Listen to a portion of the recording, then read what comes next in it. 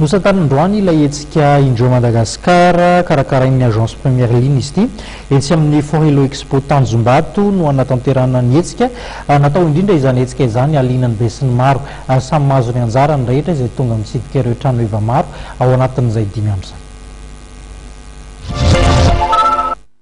Fizahantany, lamody, teknôlôjia vaovao, fanatanjahantena, fialamboly, sakafo hita ety amin'ny Forelo Expo izay misy ny hetsika indreo Madagasikara avokoa izany rehetra izany, hetsika izay nisokatra ny maraina teo ary hitoetra amin'ny alahady ho avy izao.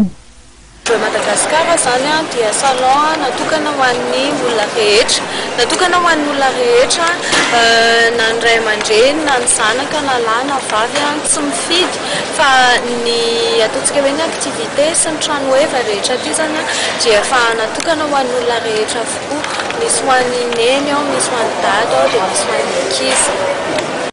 5 am'zato eo rehetra kelin'izay nisan'ny mpandray anjara, misy ny resaka lamaody, misy ny resaka sakafo, misy ny resaka décoration intérieure, misy ihany koa ny resaka sport, misy ny nouvelle technologie, dia misy artisanat ihany koa, ny artisanat tena maro be mihitsy nandray anjara amin'ity salon indroa ity. Tena zava-dehibe izay fantaninao izay satria voalohany indrindra aloha zany ny salon rehetra karakarainy ny agence première ligne dia anatina condition optimale foana. Ray aloha zany ny staff, ny toerana misy ny exposition dia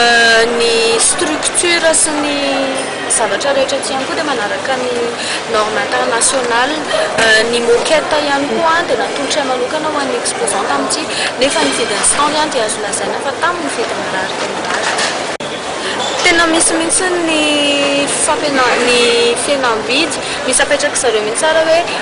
ohatr'izao ny vidin'ity article ity isan'andro dia soratany eo ambany hoe ohatr'izao kosa ny vidiny rehefa tsy amin'ny salon indroy. Fanentanana ara-barotra, ara-kolontsaina sy fialamboly no hita ety an-toerana raha tsy laza afa-tsy ny eto amin'ny Jasmin sy Jasmine izay mahaliana ny ankizy tokoa.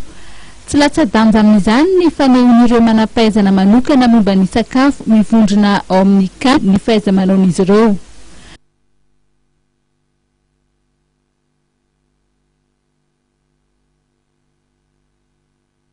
Mariana fa misy ireo fanasana 5 alina sy iray hetsy zaraina maimaim-poana ahafahany be sy ny maro mitsidika ny hetsika indroy.